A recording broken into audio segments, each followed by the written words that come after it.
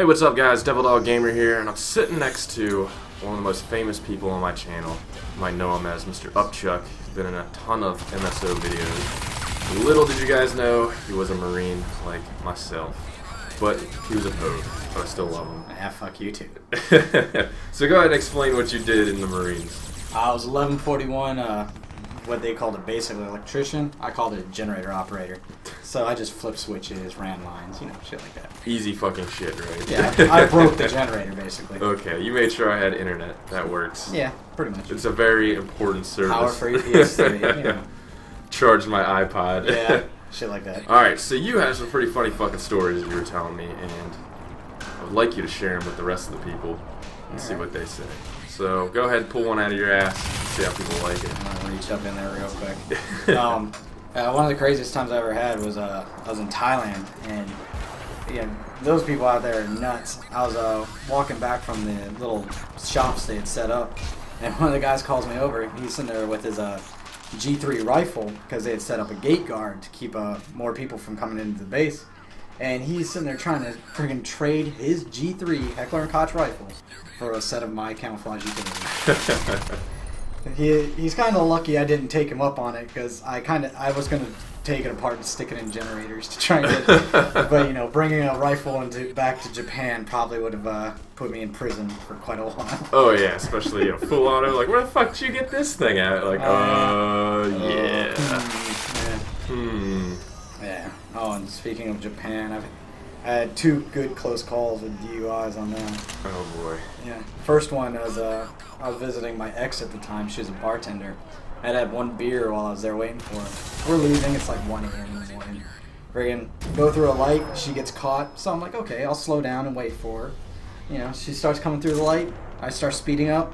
Next thing I see is red and blues in the friggin' mirror.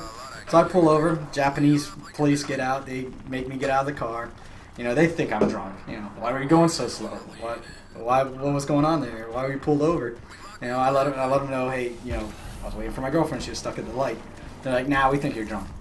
My girlfriend pulls up. I was like, I was waiting for her. Nah, we think you're drunk. So I tell my girl to go home. I was gonna deal with it. So the Japanese guys, they reach into their trunk, pull out a friggin', chemical breathalyzer. It's not like one of the ones we got where it's got the neat little LED display and stuff. No, you blow into this tube, and it'll turn brown, and it's got marks that tell you how the BAC. Yeah. Right? So I blow into this little tube, They sit there, they're like, we're going to be taking you in. I'm like, oh man, these guys are just gunning for me. They walk back, they're like, you blew the limit. How many did you have to drink? I'm like, I had 1 like an hour and a half ago. They're like, They're like, okay, we got 3 options. 1, we arrest you right now. I was like, nope, not going to happen. What's the next one? They're like, 2, we hand you over to PMO. Nah, no, that's not good. No. What's option number 3? You sit here for an hour, and we're going to watch you, and then you can leave. I'm like, let's go with door number 3. So, basically, I'm sitting there with the keys sitting on my hood while I'm sitting in the car just waiting for them. And, I'd say about 5-10 minutes go by. They get called off on another friggin' call, and I'm just like, well, seems like an hour to me. friggin' just hauled off. And then my second run-in was, there's this place in Kin called East Coast. It's a rock bar out there. Yeah. It's a great place to go get smashed. Well, me and my buddies were all out there, and we're just having the time of our lives, so. But I've reached my limit. I'm like, I'm done. Okay. I walk out to my car, and I go to sleep. I'd have to say, I was out there for almost 4 to 5 hours just sleeping. Finally, all I hear is, knock, knock, knock, knock. I look up, there's this guy just looking in my window, just knocking. He just got this look of fury on his face. I'm like, what in the world is this guy doing? So I reach into the glove box, because, being the smart Lance Corporal at the time I was, I throw my keys into the glove box. So, pull them out, put them in the ignition, just enough to turn on the power, roll down my window just to crack. Can I help you? Yeah. Where's your license, Devil Dog? I want to see your ID. I'm like, oh god, no. Like, who are you? He's like, Lieutenant so-and-so. I forget his name now. But, yeah, I want to see your ID. I'm like, shit. So, I push it up against the window so he can see it. He's like, what unit with you? I'm like, I'm with 12th Marines, friggin' artillery. I'm a headquarters battery. He's like, alright, well, this isn't a parking spot. Well, the thing about Japan is they got a bunch of these little tiny one car parking spots that if you really don't know about them, you're gonna completely miss them. And I was in one of them, so I knew I was right, but I didn't want to argue with this guy. Yeah. You know, that's just a downward slope. So I'm like, all right, sir, do you want me to move it? He's like, yes, I want you to go back to base. I'm like, all right. I was literally, I don't know, 400 or 500 meters away from the front gate. So I just start the car up, drive to the gate, go through, get to the barracks, go to sleep. Next morning, same thing. Knock, knock, knock, knock, knock. Oh, you gotta be kidding me. So I get up. Friggin' my gunnery sergeant at the time was our staff duty officer. Basically the guy who gets to stay up all night and wait for people to screw up. Well, he's at my door talking about, why is this lieutenant from CEB getting in touch with me and telling me that one of my Marines is DUI? I'm like, what are you talking about?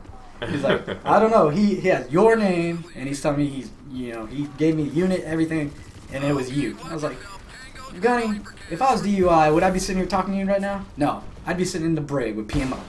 And he's like, So he goes to Gate Guard. Gate Guard's like, yeah, we remember him. He went through fine. All I can say is DUIs, Marine Corps, they will try and get you every time. Every time. Every time. Get their little weekend cookies. Yeah, you I get a Friday off? Oh, yeah. But yeah, that's some good stuff. And I tell you what, if you get a chance to go to Japan, do it.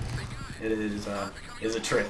Yeah, I heard quite some stories from there. Yeah, stay away from Yoshihara though. What's Yoshihara? Basically, most people just refer to it as Boom Boom. I like the Boom Boom. Yeah, I like the Boom not Boom. That, not that Boom Boom. They're wrinkly over there. Ew, fuck that. We had this one guy. We just called him Yoshihara Commando because every weekend, hey, where you going? I'm heading down to Yoshi. Oh no, man, no. just bad juju. Alright, well, we're going to cut this one, but we'll do a question and answers next week, so make sure you guys leave me some good questions that are not repeats or retarded, like how many people I've killed or any of that stupid bullshit. So, and just so you know, if you're going to ask me, I haven't killed anyone either. So. He killed a generator, and it was gruesome. Multiple, actually. Multiple? Whoa, with an MRE bag? Actually, it was a Terex. I ran a fork through it. Alright, guys, talk to you later. Peace.